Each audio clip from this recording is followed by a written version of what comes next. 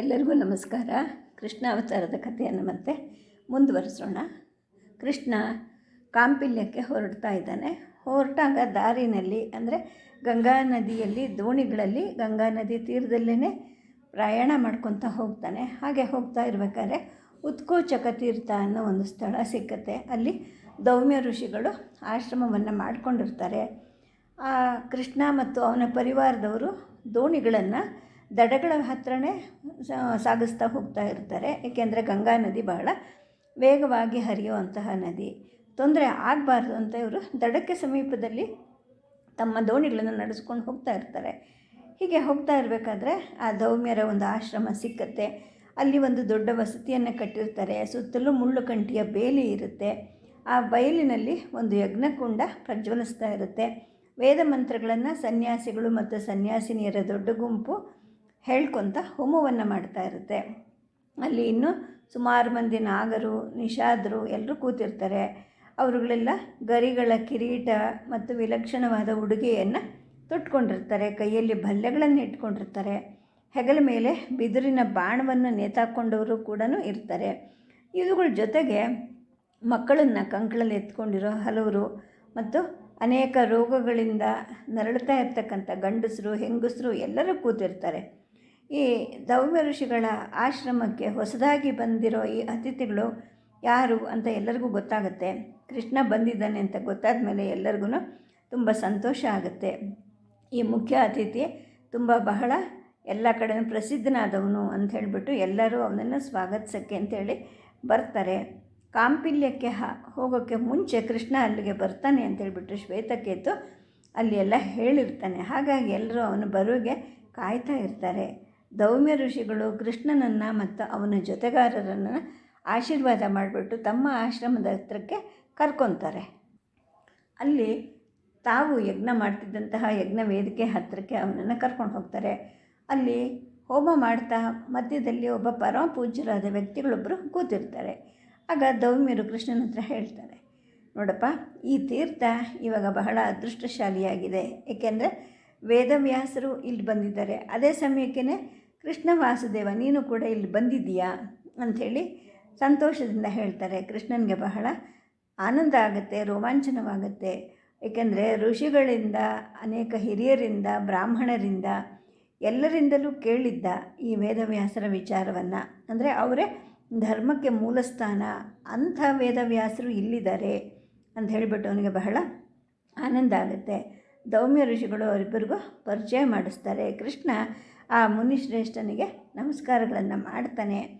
ಅವರು ಕಪ್ಪು ಬಣ್ಣ ಇರುತ್ತಾರೆ ಬಹಳ, ಹಾಗಾಗಿ ಅವರಿಗೆ ಕೃಷ್ಣ ಅಂತ ಹೆಸರು ಬಂದಿರುತ್ತೆ. ಅವರ ಮುಖದಲ್ಲಿದ್ದ ದೊಡ್ಡ ದೊಡ್ಡ ಕಣ್ಣುಗಳು ಇನ್ನೂ ಆಶ್ಚರ್ಯವಾಗಿ ಇವನನ್ನು ನೋಡಲಿಕ್ಕೆ ಶುರು ಮಾಡುತ್ತವೆ. ಆಮೇಲೆ ಪರಿಚಯದ ಒಂದು ಮೃದುವಾದ ನಗುವನ್ನು ನಗುತ್ತಾರೆ ಅವರು. ಆಗ ಕೃಷ್ಣ ಪ್ರವರ ಹೇಳ್ಕೊಂಡು ಅವರಿಗೆ ನಮಸ್ಕಾರ ಮಾಡ್ತಾನೆ. ಶೂರರ ಪ್ರಮುಖ ವಸುದೇವನ ಮಗ ನಾನು ಕೃಷ್ಣ ವಾಸುದೇವ ನಮಸ್ಕಾರ ಮಾಡ್ತಾ ಇದ್ದೀನಿ ಅಂತ ಹೇಳಿಬಿಟ್ಟು ತನ್ನ ಗೆಳೆಯನಾದ ಉದ್ದವನನ್ನು ಕೂಡ ಪರಿಚಯ ಮಾಡಿಸ್ತಾನೆ. ಇವನು ನಮ್ಮ ಚಿಕ್ಕಪ್ಪ ದೇವಭಾಗನ ಪುತ್ರ, ಮತ್ತು ಇವನು ನನ್ನ ಇನ್ನೊಬ್ಬ ಗೆಳೆಯ ಯುಯುಧಾನ, ಸತ್ಯಕನ ಮಗ ಇವನು ಅಂಥೇಳಿ. ಆಗ ಆ ಋಷಿಗಳು ತಂದೆಯ ತರಹ ತುಂಬ ಸ್ಪಷ್ಟ ಧ್ವನಿಯಲ್ಲಿ ಹೇಳ್ತಾರೆ, ವಾಸುದೇವ, ನಿನ್ನನ್ನು ಕಾಣಲಿಕ್ಕೆ ತುಂಬ ಕಾಯ್ತಾ ಇದ್ದೆ. ನಿನಗೆ 100ರಿಂದ 120 ವಯಸ್ಸು ಆಯಸ್ಸು ನಿನಗೆ ದೊರಕಲಪ್ಪ ಅಂತೇಳ್ಬಿಟ್ಟು ಅವನನ್ನು ಬೆನ್ನು ತಟ್ಟಿ ಸಂತೋಷದಿಂದ ನೋಡ್ತಾರೆ. ಅನೇಕ ವರ್ಷಗಳ ಕೆಳಗೆ ನಿಮ್ಮಪ್ಪ ವಸುದೇವನನ್ನು ನೋಡಿದ್ದೆ, ಆಗ ನೀನು ಹುಟ್ಟೇ ಇರಲಿಲ್ಲ ಅಂತ ಹೇಳಿಬಿಟ್ಟು ಅವರು ಮಾತಾಡಲಿಕ್ಕಿಂತ ಮಾತಲ್ಲಿ ನಗುನೇ ಜಾಸ್ತಿ ಬರ್ತಾ ಇರುತ್ತೆ. ಮತ್ತೆ ಅವರು ಮುಂದುವರಿಸ್ತಾರೆ, ಇನ್ನೊಂದು ಸತಿ ನಾನು ಮಧುರೆಗೆ ಬಂದಿದ್ದೆ, ಆಗ ನೀನು ಮತ್ತು ಬಲರಾಮ ಇಬ್ಬರು ಗೋಮಾಂತಕಕ್ಕೆ ಹೋಗಿದ್ರಿ ಅಂತ ಗುರುದೇವ ಹೇಳ್ತಾರೆ. ಈ ಗುರುದೇವ ಅಥವಾ ಮುನಿಶ್ರೇಷ್ಠರ ಮೈ ಬಣ್ಣ ಬಹಳ ಕಪ್ಪಿರುತ್ತೆ, ಸ್ಥೂಲಕಾಯವಾಗಿರುತ್ತೆ. ಮೈಗೆ ಕೃಷ್ಣಾಜಿನವನ್ನು ಹೊದ್ಕೊಂಡಿರ್ತಾರೆ. ಅವರನ್ನು ನೋಡಿದವ್ರ ಮೇಲೆ ಬಹಳ ಪ್ರಭಾವ ಬೀರ್ತಾ ಇದ್ದಿದ್ದು ಅವರ ದೊಡ್ಡದಾದ ಹುಬ್ಬುಗಳು, ಕಿರಿದಾದ ಅಗಲವಾದ ಮೂಗಿರುತ್ತೆ, ಕನಿಕರ ತುಂಬಿದ ವಿಶಾಲವಾದ ತೇಜೋವಂತ ಕಣ್ಣುಗಳಿರುತ್ತೆ. ಇವೆಲ್ಲವನ್ನು ಸುತ್ತುವರಿಯೋ ಹಾಗೆ ನೆತ್ತಿಯ ಮೇಲೆ ಹಿಮಾಲಯ ಪರ್ವತವೇ ನಿಂತಿದೆಯೇನೋ ಅನ್ನೋ ಹಾಗೆ ಬೆಳ್ಳನೆ ಕೂದಲಿನ ಒಂದು ಜಟೆ ಇರುತ್ತೆ. ಅವರ ನಗು ಎಲ್ಲರ ಮನಸ್ಸನ್ನು ಸೆಳೆ ಹಿಡಿತಾ ಇರುತ್ತೆ. ಹಾಗೆ ಕೃಷ್ಣನಿಗೂ ಕೂಡ ಅವರ ನಗು ತುಂಬ ಸಂತೋಷ ಕೊಡುತ್ತೆ. ಯಾವ ಭೇದ ಭಾವನೂ ಮಾಡದೆ, ಯಾವ ಮಿತಿನೂ ಇಲ್ಲದೆ ಅನಂತ ಪ್ರೇಮವನ್ನು ಅವರು ಎಲ್ಲರ ಮೇಲೂ ಸುರಿಸ್ತಾ ಇರ್ತಾರೆ. ಅವರ ತುಟಿಗಳಲ್ಲಿ ಸದಾ ಮಂದಹಾಸ ಇರ್ತಾರೆ. ಹೋಮವನ್ನು ಮುಗಿಸೋಣ ಅಂತ ಮುನಿಶ್ರೇಷ್ಠ ಹೇಳ್ತಾರೆ. ಕೃಷ್ಣ ಮತ್ತು ಅವನ ಸಂಗಡಿಗರು ನಾಗಪ್ರಮುಖರ ಹತ್ರನೇ ಕೂತ್ಕೊಂಡು ಮಂತ್ರಪಾಠದಲ್ಲಿ ಭಾಗವಹಿಸ್ತಾರೆ. ಹೋಮ ಎಲ್ಲ ಮುಗಿಯುತ್ತೆ. ನಿಮ್ಮವರೆಲ್ಲ ಹೇಗಿದ್ದಾರಪ್ಪ? ಗಂಗಾ ಪ್ರದೇಶಕ್ಕೆ ಯಾಕೆ ಬಂದೆ ಅಂತ ಕೇಳ್ತಾರೆ. ಕೃಷ್ಣ ಸೂಕ್ತವಾಗಿ ಉತ್ತರ ಕೊಡ್ತಾನೆ. ಕೊಟ್ಟ ಮೇಲೆ ಈ ದೌಮ್ಯ ಋಷಿಗಳು ತಮ್ಮ ಶಿಷ್ಯ ಒಬ್ಬನನ್ನು ಕರೆದು ಅಲ್ಲಿ ನೆರೆದಿದ್ದಂತಹ ರೋಗಿಗಳಿಗೆ, ಅಂಗಹೀನರಿಗೆ ಮತ್ತು ಪಾರ್ಶ್ವವಾಯು ಪೀಡಿತರಿಗೆ ಹಾಲನ್ನು ಕೊಡು ಅಂತೇಳಿ ಹೇಳ್ತಾರೆ. ಕುಂಟ್ತಾ, ಅಥವಾ ತೆವಳ್ಕೊತ, ಸಂಕಟ ಪಡ್ತಾ ಅವರವ್ರ ಕಾಯಿಲೆಗೆ ಅವಕಾಶ ಕೊಟ್ಟ ಹಾಗೆ ಜನ ನರಳಿಕೊಂಡ್ರೆ ಪ್ರತಿಯೊಬ್ಬರು ಗುರುದೇವರ ಹತ್ರ ಬಂದು ತಮ್ಮ ತಮ್ಮ ಹಾಲಿನ ಪಾತ್ರೆಯನ್ನು ಚಾಚ್ತಾ ಇರ್ತಾರೆ. ಇವರು ತಮ್ಮ ಶಿಷ್ಯ ಜೈಮಿನಿಯ ಹೆಗಲಲ್ಲಿ ನೇತಾಡ್ತಿದ್ದ ಚೀಲದಿಂದ ತೆಗೆದು ಒಂದು ಚಿಕ್ಕ ಚಿಕ್ಕ ಎಲೆಯನ್ನು ಪ್ರತಿಯೊಂದು ಮೊಗೆಯಲ್ಲೂ ಹಾಕ್ತಾ ಇರ್ತಾರೆ. ಅಂದರೆ ಮೊಗೆ ಅಂದರೆ ಇಲ್ಲಿ ಒಂದು ಹಾಲಿನ ಗಿಂಡಿ ಥರ, ಪಾತ್ರೆ ಥರ. ಅದನ್ನು ಹಿಡ್ಕೊಂಡು ಪ್ರತಿಯೊಬ್ಬರು ಯಜ್ಞಕುಂಡದ ಮುಂದೆ ಬಗ್ಗಿ ತಲೆ ಬಗ್ಗಿ ನಮಸ್ಕಾರ ಮಾಡ್ತಾ ಇರ್ತಾರೆ. ಈ ವೇದವ್ಯಾಸರು ಕಂಚಿನ ಕಂಠದಿಂದ ಅಶ್ವಿನಿ ದೇವತೆಗಳ ಸ್ತೋತ್ರವನ್ನು ಹೇಳ್ತಾ ಇರ್ತಾರೆ. ಈ ಸಭೆ ಮೌನದಲ್ಲಿ ಮುಳುಗಿ ಹೋಗಿರುತ್ತೆ. ಮಂತ್ರಘೋಷ ತಾಳಕ್ಕೆ ಅನುಗುಣವಾಗಿ ಮಧುರವಾಗಿ ನಡೀತಾ ಇರುತ್ತೆ. ವಸಂತ ಮಾಸದ ಬೆಳಗು ತಂಗಾಳಿ ಬೀಸಿದಾಗ ಏನು ಸಂತೋಷ ಆಗುತ್ತೋ ಆ ಥರ ಒಂದು ಹೊಸ ಚೇತನ ಅಲ್ಲೆಲ್ಲ ಸಂಚಾರ ಆಗ್ತಾ ಇರುತ್ತೆ. ಅಷ್ಟೊತ್ತಿಗೆ ಮಂತ್ರಘೋಷ ಮುಗಿಯುತ್ತೆ.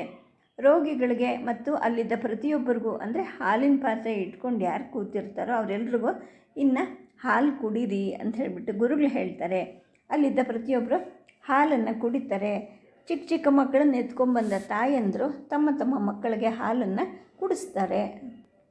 ವಾತ್ಸಲ್ಯ ತುಂಬಿಕೊಂಡಿದ್ದಂತಹ ಧ್ವನಿಯಲ್ಲಿ ಗುರುದೇವರು ಹೇಳ್ತಾರೆ, ಬನ್ನಿ ಆಶೀರ್ವಾದ ಮಾಡ್ತೀನಿ ಅಂತ. ರೋಗಿಗಳು ಪ್ರತಿಯೊಬ್ಬರು ಅವ್ರ ಮುಂದೆ ಬಂದು ಗಾಢ ಭಕ್ತಿಯಿಂದ ತಲೆಬಾಗಿ ತಮ್ಮಿಂದ ಎಷ್ಟು ಸಾಧ್ಯನೋ ಅಷ್ಟು ಭಕ್ತಿಯನ್ನು ತೋರ್ಸೋಕ್ಕೆ ಅವರ ಕೈಜನ್ನು ಅಥವಾ ಕಾಲನ್ನು ಮುಟ್ಟಿ, ಅಥವಾ ಅದು ಕೈಲಾಗದೇ ಇರೋ ನೆಲದ ಮೇಲೆ ಉರುಳು ಬಿಟ್ಟು ನಮಸ್ಕಾರ ಮಾಡ್ತಾ ಇರ್ತಾರೆ. ರೋಗಪೀಡಿತ ಮಕ್ಕಳನ್ನು ತಾಯಂದರು ಕೂಡ ಅವ್ರ ಮುಂದೆ ಎತ್ತಿ ಹಿಡಿತಾ ಇರ್ತಾರೆ.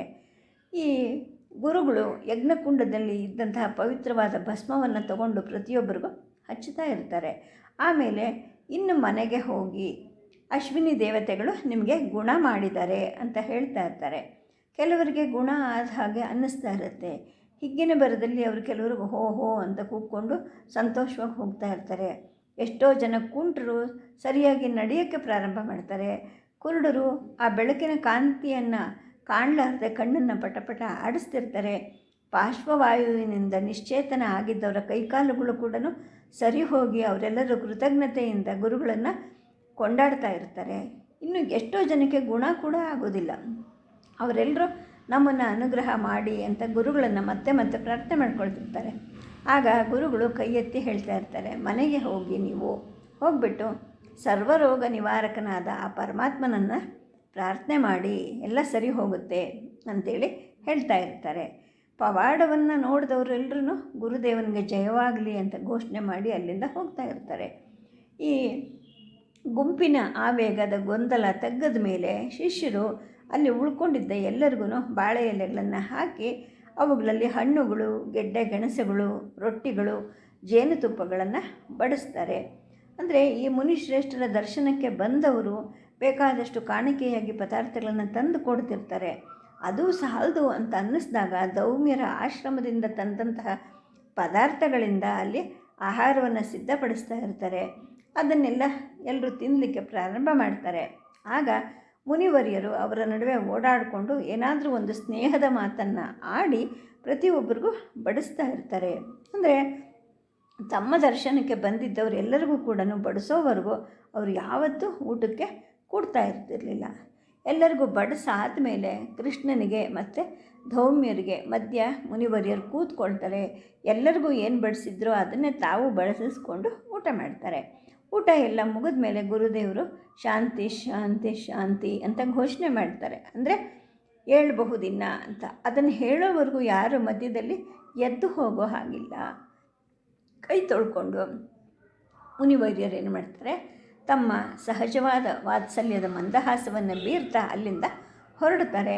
ಅಲ್ಲಿದ್ದವರೆಲ್ಲರೂ ಅವ್ರ ಕಾಲುಗಳನ್ನು ಮುಟ್ಲಿಕ್ಕೆ ಅಂತ ನುಗ್ಗುತ್ತಾರೆ. ಈ ಗುರುಗಳ ಬಗ್ಗೆ ಎಷ್ಟೋ ವಿಚಾರವನ್ನು ಕೃಷ್ಣ ಕೇಳಿರ್ತಾನೆ. ಆದರೆ ಮೊಟ್ಟ ಮೊದಲನೇ ಸಲ ಅವನು ಇವರನ್ನು ನೋಡಿದ್ದು ತುಂಬ ವಿನಮ್ರತೆಯ ಅನುಭವ ಅವನಿಗೆ ಆಗತ್ತೆ.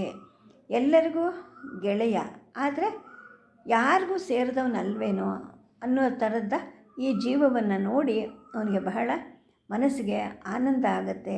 ಇಂತಹ ಆಧ್ಯಾತ್ಮಿಕ ಚೇತನವನ್ನು ನಾವು ನೋಡಿದ್ನಲ್ಲ ಅಂತ ಅವನಿಗೆ ಸಮಾಧಾನ ಆಗತ್ತೆ. ಈ ಋಷಿವರ್ಯರ ಕುಟೀರದ ಹತ್ತಿರದಲ್ಲಿ ಇನ್ನೊಂದು ಗುಡಿಸಲನ್ನು ಉದ್ದವ, ಸಾತ್ಯಕಿ ಮತ್ತು ಕೃಷ್ಣರಿಗೆ ಅಂತ ಸಿದ್ಧ ಮಾಡಿರ್ತಾರೆ. ಊಟ ಎಲ್ಲ ಆದಮೇಲೆ ಗುರುಗಳು ಕುಟೀರಕ್ಕೆ ಕೃಷ್ಣನನ್ನು ಕರೆಸ್ತಾರೆ. ಕೈ ಜೋಡಿಸ್ಕೊಂಡು ಕೃಷ್ಣ ಅವ್ರ ಮುಂದೆ ಕೂತ್ಕೊಳ್ತಾನೆ. ಅವರ ಒಂದು ವಿಲಕ್ಷಣವಾದ ಪ್ರಭಾವಕ್ಕೆ ಒಳಗಾಗದೇ ಇರೋಕ್ಕೆ ಸಾಧ್ಯವೇ ಇಲ್ಲ ಅಂತ ಕೃಷ್ಣನಿಗೆ ಅನಿಸುತ್ತೆ.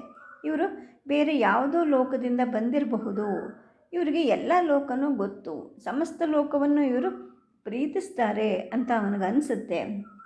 ಆಗ ಗುರುಗಳು ಕೇಳ್ತಾರೆ, ನೀನು ಹಸ್ತಿನಾಪುರಕ್ಕೆ ಯಾಕೆ ಬಂದ್ಯಪ್ಪ ಅಂತ. ಆಗ ಕೃಷ್ಣ ಹೇಳ್ತಾನೆ, ಹಸ್ತಿನಾಪುರಕ್ಕೆ ತಾನು ಬರೋಕ್ಕೆ ಮಾಡಿದ ನಿಶ್ಚಯ ಮತ್ತು ಬರ್ತಾ ದಾರಿನಲ್ಲಿ ಪಾಂಡವರ ಸಾವಿನ ಸುದ್ದಿಯನ್ನು ಕೇಳಿ ತನಗಾಗಿದ್ದ ಆಘಾತ, ಆಮೇಲೆ ಧೃತರಾಷ್ಟ್ರ ಮತ್ತು ಭೀಷ್ಮರ ಜೊತೆಗೆ ತಾನು ನಡೆಸಿದ ಮಾತುಕತೆ, ದುರ್ಯೋಧನ ಮತ್ತು ಶಕುನಿಗಳ ಬಗ್ಗೆ ತನಗೆ ಅನಿಸಿದ್ದು, ಇವೆಲ್ಲವನ್ನೂ ಅವನು ವಿವರಿಸ್ತಾನೆ. ಈ ಮಹಾಮುನಿಯ ಸನ್ನಿಧಿಯಲ್ಲಿ ನಾವು ಏನು ಮರೆಮಾಚೋದು ಬೇಡ, ಮರೆಮಾಚೋಕ್ಕೂ ಕೂಡ ಆಗೋದಿಲ್ಲ ಅಂತ ಕೂಡ ಅವನಿಗೆ ಅನಿಸುತ್ತೆ. ಒಂದು ವೇಳೆ ಏನಾದರೂ ಮರೆಮಾಚ್ತೀವಿ ಅಂದರೆ ಅದು ದೊಡ್ಡ ಪಾಪ ಅಂತ ಕೂಡ ಅವನಿಗನ್ಸುತ್ತೆ. ಆಗ ಸಾಮ್ರಾಜ್ಞಿ ಸತ್ಯವತಿ ತನಗೆ ಹೇಳಿದ ಗುಟ್ಟನ್ನು ಇವರಿಗೆ ಹೇಳಬಹುದೋ ಬೇಡವೋ ಅನ್ನೋ ಒಂದು ಸಂಶಯ ಕೂಡ ಅವನಿಗೆ ಕಾಡುತ್ತೆ. ಅಂದರೆ ಪಾಂಡವರು ಬದುಕಿದ್ದಾರೆ ಅಂತ ಸಾಮ್ರಾಜ್ಞಿ ಹೇಳಿರ್ತಾಳಲ್ಲ ಸತ್ಯವತಿ, ಅದನ್ನು ಇವರ ಹತ್ರ ಹೇಳೋದೋ ಬೇಡವೋ ಅಂತ ಯೋಚನೆ ಮಾಡ್ತಾನೆ. ಆಗ ಗುರುಗಳನ್ನು ನೋಡಿ ಕೃಷ್ಣ ಹೇಳ್ತಾನೆ, ಗುರುಗಳೇ, ಕುರುಕುಲವನ್ನು ಮತ್ತು ಯಾದವರನ್ನು ಹತ್ತಿರ ತರಕ್ಕೆ ನಾನು ತುಂಬ ಆಸೆ ಪಟ್ಟಿದ್ದೆ. ಹಸ್ತಿನಾಪುರದಲ್ಲಿ ಯುಧಿಷ್ಠಿರ ಮತ್ತು ದ್ವಾರಕೆಯಲ್ಲಿ ಉಗ್ರಸೇನ ಇವರಿಬ್ಬರು ಸೇರಿಕೊಂಡ್ರೆ ದ್ರುಪದ ರಾಜನಿಗೆ ಕೌರವರಲ್ಲಿ ಇರೋ ಅವಿಶ್ವಾಸವನ್ನು ಕಳೀಬಹುದಾಗಿತ್ತು. ಆಗ ಕೌರವರು, ಯಾದವರು, ಪಾಂಚಾಲರು 3 ಜನನ ಒಟ್ಟಿಗೆ ಸೇರಿಕೊಂಡ್ರೆ ಈ ನಮ್ಮ ಆರ್ಯಾವರ್ತ ಪುನರ್ನಿರ್ಮಾಣ ಆಗಬಹುದಾಗಿತ್ತು, ಧರ್ಮವನ್ನು ಮತ್ತೆ ಸ್ಥಾಪಿಸಬಹುದಾಗಿತ್ತು. ಈ ಪ್ರಯತ್ನ ನನ್ನದಾಗಿತ್ತು ಅಂಥೇಳಿ ಹೇಳ್ತಾನೆ. ಆಗ ಗುರುಗಳು ಕೇಳ್ತಾರೆ, ಅಂದರೆ ನೀನು ಏನು ಮಾಡಲಿಕ್ಕೆ ಹೊರಟಿದ್ದೆ ಅಂತ. ಆಗ ಕೃಷ್ಣ ಹೇಳ್ತಾನೆ, ಒಂದು ಸಲ ಸಮಾಧಾನಗೊಂಡ ಮೇಲೆ ಈ ದೊರೆಗಳೆಲ್ಲರೂ ರಾಜಧರ್ಮವನ್ನು ಅನುಸರಿಸಿ ತಮ್ಮ ಪ್ರಜೆಗಳು ಧರ್ಮ ಮಾರ್ಗದಲ್ಲಿ ನಡೆಯೋ ಹಾಗೆ ಮಾಡ್ತಾರೆ ಅಂತ ನಾನು ಅಂದ್ಕೊಂಡಿದ್ದೆ. ಆದರೆ ಧರ್ಮನೇ ಮೂರ್ತಿವೆತ್ತಿದವನು ಅಂತ ಹೇಳಿದ್ದ ಯುಧಿಷ್ಠಿರ ಹೋಗಿಬಿಟ್ಟ. ನನ್ನ ಆಕಾಂಕ್ಷೆಯೆಲ್ಲ ಮಣ್ಣುಗೂಡ್ತು ಅಂತಾನೆ. ಅವನ ಮಾತನ್ನು ಕೇಳಿ ಮಹಾಮುನಿಗಳ ಮುಖದಲ್ಲಿ ಒಂದು ನಗೆ ಅರಳುತ್ತೆ. ಅವರು ಹೇಳ್ತಾರೆ, ವಾಸುದೇವ, ನೆನಪಿಟ್ಕೋ, ಧರ್ಮಕ್ಕೆ ಯಾವತ್ತೂ ನಾಶ ಇರೋದಿಲ್ಲ. ಕಂಸನನ್ನು ಕೊಂದು ಜರಾಸಂಧನನ್ನು ಸೋಲಿಸಿದ ಮೇಲೆ ನೀನು ಎಲ್ಲಿ ಅಧರ್ಮ ಕಂಡರೂ ಕೂಡ ಅದನ್ನು ಬೇರು ಸಹಿತ ಕಿತ್ತೆಸೀತಾ ಇದ್ದೆ. ಅದು ನಿನ್ನದೇ ಕೆಲಸ ಅನ್ನೋ ಹಾಗೆ ನೀನು ಮಾಡ್ತಾ ಇದ್ದೆ. ಅದನ್ನು ಯಾಕೆ ನೀನು ಮರಿತಾ ಇದೆಯಾ ಅಂತ ಕೇಳ್ತಾರೆ. ಆಗ ಕೃಷ್ಣ ಹೇಳ್ತಾನೆ, ಗುರುಗಳೇ, ನೀವು ಪರಮೋತ್ತಮ ಗುರುಗಳು, ದಯಮಾಡಿ ಹೇಳಿ, ಮಗಧದಲ್ಲಿ ಜರಾಸಂಧ ಮೆರೀತಾ ಇದ್ದರೆ, ಹಸ್ತಿನಾಪುರದಲ್ಲಿ ದುರ್ಯೋಧನ ದೊರೆತನ ಮಾಡಿದ್ರೆ, ಕಾಂಪಿಲ್ಯದಲ್ಲಿ ದ್ರುಪದ ವೈರವನ್ನೇ ಮೆಲುಕು ಹಾಕ್ಕೊಂಡು ಅಧರ್ಮದಲ್ಲಿದ್ದರೆ ಈ ಅಧರ್ಮದ ಬೇರನ್ನು ಹೇಗೆ ಕಿತ್ತು ಹಾಕೋದು? ಏಕೆಂದರೆ ಇವರೆಲ್ಲರಿಗೂ ದ್ವೇಷನೇ ಅವರಿಗೆ ಉಸಿರಾಗಿದೆ, ಅವರ ದಾರಿ ಹಿಂಸಾತ್ಮಕವಾಗಿದೆ. ತಮ್ಮ ತಮ್ಮ ದ್ವೇಷವನ್ನು ಸಾಧಿಸೋದೇ ಅವ್ರಿಗೆ ಧರ್ಮ ಆಗಿದೆಯಲ್ಲ ಅಂಥೇಳಿ ಹೇಳ್ತಾನೆ. ಆಗ ಮುನಿಗಳು ನಗುತ್ತಾರೆ. ಹಾಗೆ ನಾನು ಯೋಚನೆ ಮಾಡಿದರೆ ನಾನು ಒಂದಿನವೂ ಬದುಕ್ತಾ ಇರಲಿಲ್ಲ. ನಾನು ಹುಡುಗ ಆಗಿದ್ದಾಗ ಆರ್ಯರು ತಮ್ಮ ಅಂತರಂಗ ಕಲಹಗಳಿಂದ ಆರ್ಯಾವರ್ತವನ್ನು ನಾಶ ಮಾಡಿಬಿಟ್ಟಿದ್ರು. ವೇದಗಳು ಕೂಡ ಮರೆತು ಹೋಗಿದ್ವು, ಆಶ್ರಮಗಳೆಲ್ಲ ಅಡವೆ ಪಾಲಾಗಿದ್ವು ಅಂತ ಹೇಳ್ತಾರೆ. ಆಗ ಕೃಷ್ಣ ಕೇಳ್ತಾನೆ, ಮತ್ತು ನೀವು ಧರ್ಮವನ್ನು ಹೇಗೆ ಪ್ರತಿಷ್ಠಾಪನೆ ಮಾಡಿದ್ರಿ? ಆಗ ಗುರುಗಳು ಹೇಳ್ತಾರೆ, ನನಗೆ ಶ್ರದ್ಧೆ ಇತ್ತು, ಧರ್ಮ ಅನಂತ ಅನ್ನೋ ಒಂದು ಶ್ರದ್ಧೆ ಇತ್ತು. ಒಂದು ಗಳಿಗೆ ಅದು ಮಸುಕ ಆಗುತ್ತೆ, ಆದರೆ ಅದು ಯಾವತ್ತೂ ಸಾಯೋದಿಲ್ಲ. ಧರ್ಮನೇ ಜೀವನಕ್ಕೆ ಸರ್ವಾಧಾರವಾದದ್ದು. ಎಂದಿಗೂ ತಪ್ಪದದು ಅಂಥೇಳ್ಬಿಟ್ಟು ವಿಶ್ವಾಸದಿಂದ ಹೇಳ್ತಾರೆ. ಆಗ ಕೃಷ್ಣ ಹೇಳ್ತಾನೆ, ಆದರೆ ತಮ್ಮ ಕೈಯಲ್ಲಾದರೆ ಜರಾಸಂಧನ ದೊರೆಯು ಮತ್ತು ನನ್ನ ಮಾವ ಕಂಸನಂಥವರು ಕೂಡ ಧರ್ಮವನ್ನು ನಾಶ ಮಾಡಿಯಾರು ಅಂತ. ಆಗ ವೇದವ್ಯಾಸರು ಹೇಳ್ತಾರೆ, ನನಗೆ ಯಾವುದೇ ರಾಜರಲ್ಲಿ ವಿಶ್ವಾಸ ಇಲ್ಲ. ಏಕೆಂದರೆ ಅವರು ದ್ವೇಷ, ಅವಿಶ್ವಾಸ, ಭಯ, ಅಸೂಯೆಗಳ ಪಾಲಾಗ್ತಾರೆ. ಎಷ್ಟೋ ಸಲ ಆಶ್ರಮಗಳಲ್ಲಿ ಆಶ್ರಮಗಳಿಂದ ಆಶ್ರಮಕ್ಕೆ ಹೋಗ್ತೀನಲ್ಲ, ಅಲ್ಲಿ ವಿದ್ಯೆ ತಪಸ್ಸು ನೆಲೆಗೊಂಡಿರೋದನ್ನು ನಾನು ನೋಡ್ತೀನಿ. ಅಲ್ಲಿ ಋಷಿಗಳು ಅಸಂಗ್ರಹದ ದಾರಿದ್ರ್ಯ ವ್ರತವನ್ನು ಹಿಡ್ಕೊಂಡಿರ್ತಾರೆ. ಅಂದರೆ 2 ದಿನಕ್ಕಿಂತ ಹೆಚ್ಚು ಆಹಾರ ಸಂಗ್ರಹಣ ಮಾಡಬಾರ್ದು ಅನ್ನೋ ಒಂದು ವ್ರತವನ್ನು ಹಿಡ್ಕೊಂಡಿರ್ತಾರೆ. ಅದೇ ಥರ ಅವರು ಸತ್ಯದಲ್ಲಿ ನಡೀತಾ ಇರ್ತಾರೆ, ಇಂದ್ರಿಯಗಳನ್ನು ಗೆದ್ದಿರ್ತಾರೆ, ಕಾಮವನ್ನು ಗೆದ್ದಿರ್ತಾರೆ ಅಂತೇಳ್ಬಿಟ್ಟು ಗುರುಗಳು ಹೇಳ್ತಾರೆ. ಹೌದು, ಈ ಆಶ್ರಮಗಳಿಗೆಲ್ಲ ನೀವೇ ಸ್ಫೂರ್ತಿ ಅಂತ ಕೃಷ್ಣ ಹೇಳ್ತಾನೆ. ಆಗ ಮತ್ತೆ ಮುನಿಗಳು ತಮ್ಮ ಹಿಂದಿನದನ್ನು ನೆನೆಸ್ಕೊಂಡು ಹೇಳ್ತಾರೆ, ಮೊದಲು ನಾನು ಒಂಟಿಯಾಗಿ ಹೋರಾಡಬೇಕಾಯಿತು. ಭಗವಂತ 100 ಜನ ಋಷಿಗಳಿಗೆ ಧರ್ಮಶ್ರದ್ಧೆಯನ್ನು ಕರುಣಿಸಿದ್ದ. ಈ ಬ್ರಾಹ್ಮಣರು ನಡೆಸಿದ ಧರ್ಮ ಜೀವನ, ಅದನ್ನು ಕಾಪಾಡಲಿಕ್ಕೆ ಅವರು ಪಟ್ಟಂತಹ ಶ್ರಮ, ಮಾಡಿದ ತ್ಯಾಗ, ಇವೆಲ್ಲದರಿಂದ ಧರ್ಮಕ್ಕೆ ಒಂದು ತೇಜಸ್ಸು ಮೂಡ್ತಾ ಬಂತು. ಇದನ್ನು ನೋಡಿ ದೊರೆಗಳು ಕೂಡ ಆ ಧರ್ಮವನ್ನು ಗೌರವಿಸಲೇಬೇಕಾಗಿ ಬಂತು. ಈಗ ಈ ಧೌಮ್ಯನನ್ನೇ ನೋಡು, ಅನೇಕ ವರ್ಷಗಳಿಂದ ಇಲ್ಲಿ ಒಂದು ಆಶ್ರಮ ಕಟ್ಟದ. ತನ್ನ ತಪಸ್ಸಿನ ಪ್ರಭಾವದಿಂದ ಸಾರ್ವಜನಿಕರ ರೀತಿ ನೀತಿಗಳಲ್ಲೂ ಕೂಡ ಒಂದು ಪರಿವರ್ತನೆಯನ್ನು ತಂದಿದ್ದಾನೆ. ಆರ್ಯಕನು ಅವನ ಜನರೂ ಕೂಡ ಆರ್ಯ ಸಂಪ್ರದಾಯವನ್ನು ನಡೆಸೋ ಹಾಗೆ ಮಾಡಿದ್ದಾನೆ. ಇದೆಲ್ಲ ಆಗಿದ್ದು ರಾಜರ ಪರಾಕ್ರಮದಿಂದ ಅಲ್ಲ, ಈ ನಮ್ಮ ದೌಮ್ಯನಿಂದ ಇದೆಲ್ಲ ಪರಿವರ್ತನೆ ಆಯಿತು ಅಂತ ಹೇಳಿಬಿಟ್ಟು ಗುರುಗಳು ಹೇಳ್ತಾರೆ. ಸದ್ಯಕ್ಕೆ ಕಥೆಯನ್ನು ನಿಲ್ಲಿಸಿರ್ತೀನಿ. ನಮಸ್ಕಾರ.